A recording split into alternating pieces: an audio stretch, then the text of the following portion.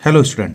तो आज स्टार्ट हम कर रहे हैं नई सीरीज़ जो दीर्घ उत्तरीय प्रश्नों पर आधारित है, क्योंकि इस बार जो बोर्ड पेपर में जो पैटर्न है उसमें 4 नंबर के जो हमारे पास दीर्घ उत्तरीय क्वेश्चंस आएंगे, तो उनके लिए ये सीरीज़ है। तो चलिए ज़्यादा समय ना गवाते हुए नई सीरीज़ स्टार्ट करते हैं। होप्स आप लोगों ने जो पुरानी सीरीज़ें थी वो अच्छी तरह से कर ली होंगी और आपके बहुत अच्छे नंबर उससे आने वाले हैं। तो नई सीरीज़ स्टार्ट करते हैं। पहला क्वेश्चन है 172। सिद्ध कीजिए कि √2 एक अपरिमेय संख्या है। अब देखिए ये हमारे पास 2012 में पूछा गया है, 13 में पूछा गया है, 14 में पूछा गया है, 20 में पूछा गया है, 22 में। बस इनका प्रकार जो है वो बदल गया है। √2 था, √3 पूछा गया है, √5 पूछा गया है, √7। तो मैंने इन सभी सवालों के लिए एक अपना ही एक फॉर्मूले के रूप में हमने इसको बनाया हुआ है। तो यदि आप उसको ज्ञात कर लेते हैं तो कोई भी आ जाए उसके लिए आप उसे आराम से कर सकते हैं। तो देखिए स्टार्ट करते हैं। देखिए मैंने किया हुआ है यहाँ पे हमारे पास ये है, हम कोई भी रूट है मैंने सभी के लिए एक माना हुआ है ए। तो हमने मान लीजिए कि √a एक परिमेय संख्या है। √a बराबर p/q। q अपने आप में क्या होगा, कभी भी 0 नहीं होगा।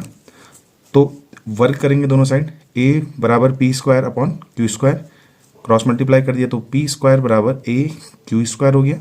अब देखिए क्योंकि p और q तो अपने आप में सहअभाज्य है, तो ये दोनों तो एक दूसरे के गुणनखंड नहीं हो सकते। तो क्या होगा, p² का एक गुणनखंड क्या होगा, a होगा, जो हमने ऊपर लिया हुआ है। तो p का भी एक गुणनखंड क्या होगा, a होगा। यदि p² का है तो p का भी होगा।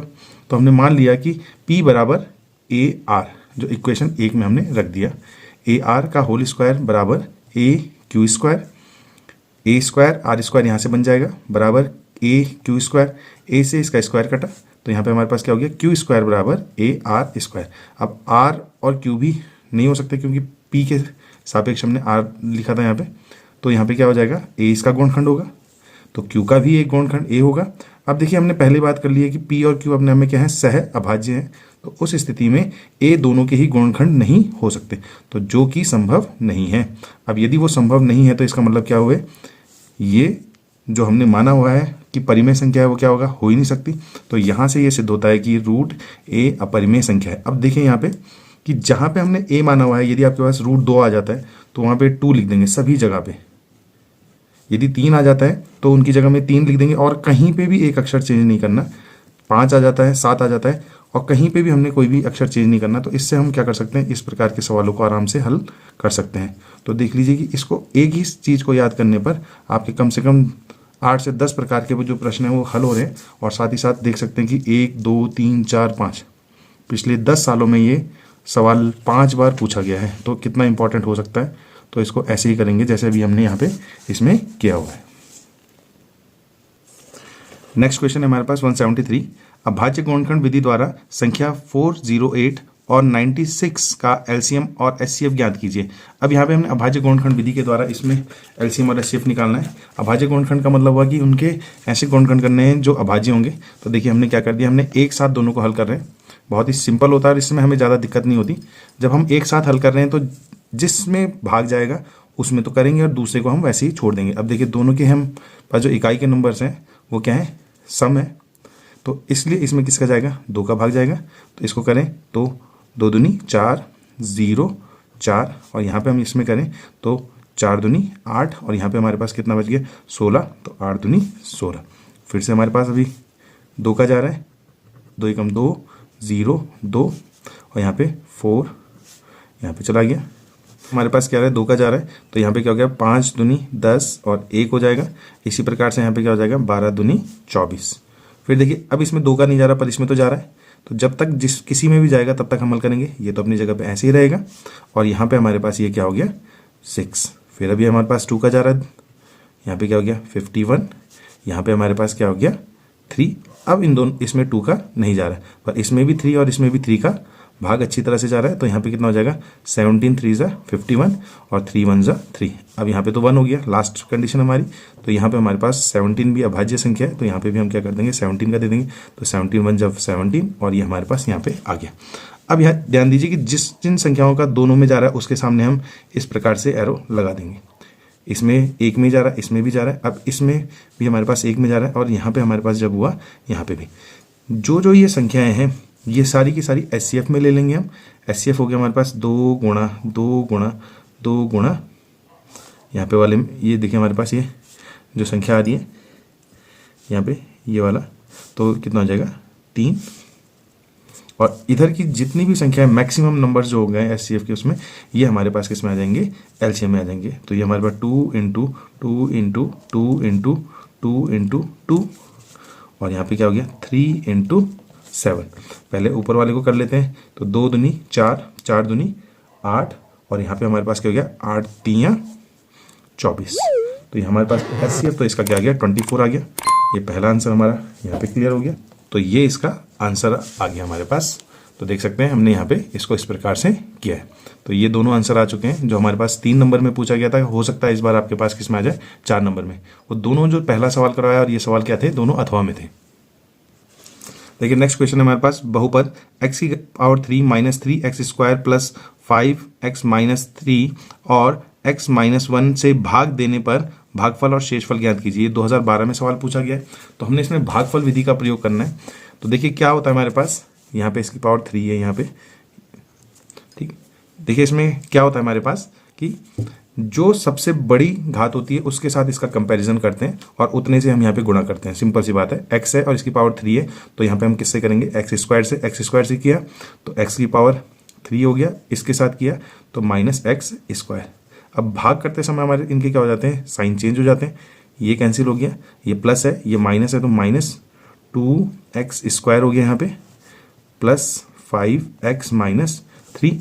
अब यहाँ पे देखिए इसकी पावर 1 है और इसकी पावर कितनी है हमारे पास 2। तो x से करेंगे पहली चीज़, फिर इसमें -2 और इसके आगे कितना है 1 है तो 1 को -2 बनाने के लिए हम किससे करेंगे यहाँ पे -2 से। तो -2x से हम इसको क्या कर रहे हैं, इंटू कर रहे हैं। तो -2x से करेंगे तो क्या होगा -2x स्क्वायर और इससे करेंगे तो माइनस माइनस प्लस 2x। तो ये यहाँ पे क्या हो जाएगा, अब देखिए इसका साइन प्लस और इसका साइन माइनस, ये भी कट गया। इन दोनों में देखिए इसका प्लस है और इसका माइनस, तो 5 में से 2 गया, ये हमारे पास हो गया 3x और यहाँ पे पीछे से क्या जाएगा 3x। अब x और x पावर तो बराबर हो गई। अब इसके साथ इनटू में कितना है 3 और इसके साथ 1, तो 3 1 जा 3 तो प्लस 3 से हम यहाँ पे क्या कर देंगे इनटू कर देंगे। इससे किया तो यहाँ पे क्या हो गया 3x और इसके साथ करेंगे तो प्लस माइनस माइनस 3। यहाँ पे हमारे पास माइनस और ये प्लस, ये भी कैंसिल हो गया और ये भी कैंसिल हो गया। तो यहाँ पे हमारे पास कुछ नहीं बचा। तो देखिए हमारे पास क्या होगा, जो भागफल है, भागफल हमारे पास जो ऊपर है वो आ गया कि x की पावर 2 माइनस 2x प्लस 3 और शेषफल जो है हमारे पास वो हमारे पास क्या आ गया 0। तो इस प्रकार से आने वाले जो ऐसे सवाल होंगे उनको हमने इसी प्रकार से हल करना है। आज का जो लास्ट क्वेश्चन है हमारा 175 बिंदुओं P 2 3 Q 4 0 और 6 6 माइनस 3 से बनने वाले त्रिभुज का क्षेत्रफल ज्ञात कीजिए और शून्य वर्ग मात्रक क्षेत्रफल वाले त्रिभुज का क्या आशय है। ये 2012 में सवाल पूछा गया है। अब देखिए हमने इसमें त्रिभुज के क्षेत्रफल का सूत्र लगाना है जो हमारे पास होता है 1/2 x1, यदि 1 आएगा तो ये 2 3 होगा, bracket y2 minus y3 plus x2 y3 minus y1 plus x3 y1 minus y2। अब यहाँ पे इनकी वैल्यू को हमने क्या करना है, रखते चलना है। 1/2 हो जाएगा, x1 ये हुआ, 2 ये हुआ, 3 y1 y2 y3।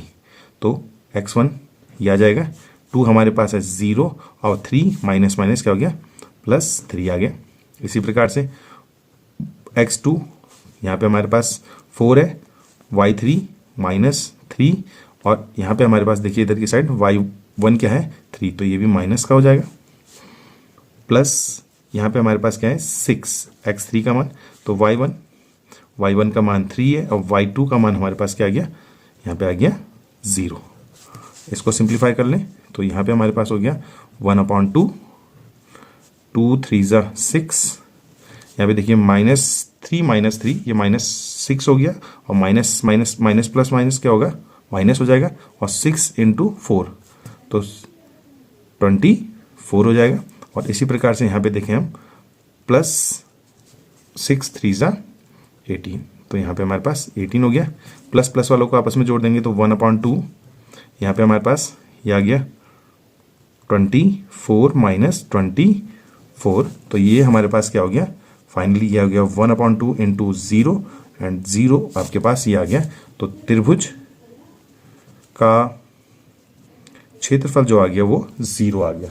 अब 0 त्रिभुज का जो क्षेत्रफल होगा उसका मतलब होता है कि ये तीनों जो रेखाएं होंगी, ये जो तीनों बिंदु हैं, ये संरेखीय होंगे। तो हमारे पास आ जाएगा ये तीनों बिंदु संरेखी होंगे और ये हमारा इसका आंसर आ जाएगा। तो ये आज हमारे जो दीर्घ उत्तरीय प्रश्नों की जो सीरीज थी वो स्टार्ट हुई है। 4-4 सवालों की ये सीरीज करेंगे क्योंकि ज़्यादा लंबा समय लगेगा तो उसमें समझने में भी देर लगती है और ज़्यादा लंबे वीडियो में हमारे बोरियत आने लगती है। तो होप सो आपको ये सारे के सारे सवाल समझ में आए हों। बोर्ड परीक्षा की दृष्टि से बहुत ही ज़्यादा इंपॉर्टेंट है, तो इनको घर में आराम से कीजिए। यदि आपको वीडियो अच्छे लग रहे हैं तो लाइक करें, शेयर करें और सब्सक्राइब ज़रूर करें, जिससे ऐसे ही वीडियो जब मैं बनाऊँ तो वो आपके पास सबसे पहले पहुँचे। तो मिलते हैं आपको नेक्स्ट वीडियो में।